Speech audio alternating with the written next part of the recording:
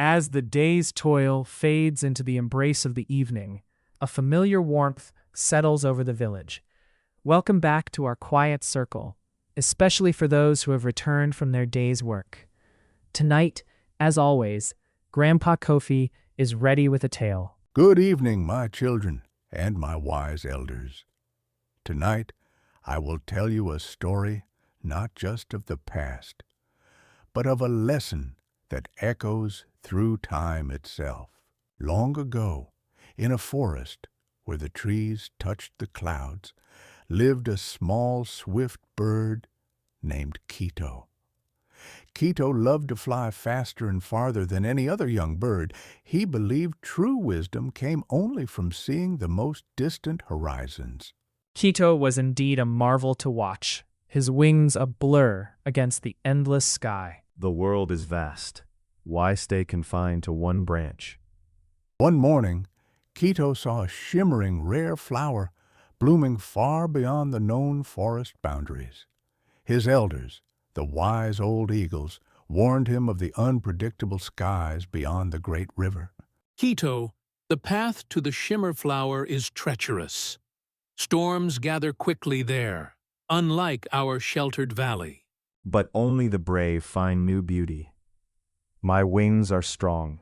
And with a determined chirp, Quito launched himself into the sky, ignoring the eagle's words. He flew across the great river, the shimmering flower drawing him further. The air was calm, the sun bright, and Quito felt a thrill of victory. He truly believed he knew better. But as Quito reached the flower, a sudden dark shadow swept across the sky. The wind, once gentle, began to whip around him with furious intent. This wind, it is too strong. What is happening? Quito, caught in the heart of the storm, realized his foolishness. He was far from home, and the world had turned against him. Then, through a brief break in the clouds, Quito saw it. The colossal, ancient baobab tree, a landmark his elders often spoke of as a safe haven in the wildest storms. It was far, but it was his only hope. With the last of his strength, Quito fought his way to the towering baobab. Just as he reached its immense trunk, finding a small, dry crevice, the full fury of the storm broke. The elders, their wisdom was a map I foolishly discarded.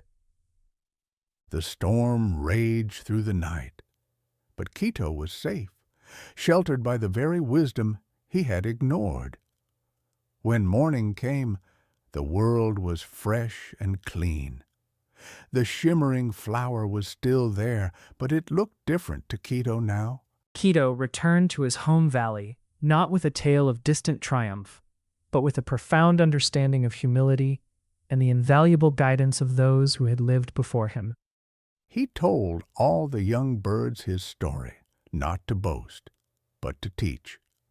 He explained that sometimes the greatest treasures are not found by flying to the farthest horizon, but by listening to the quiet wisdom of those who know the paths and the storms. So remember, my dear ones, the voices of our elders are like the steady roots of the baobab. They may not always show you the quickest path, but they will surely guide you to the safest harbor. Like, comment, share, subscribe.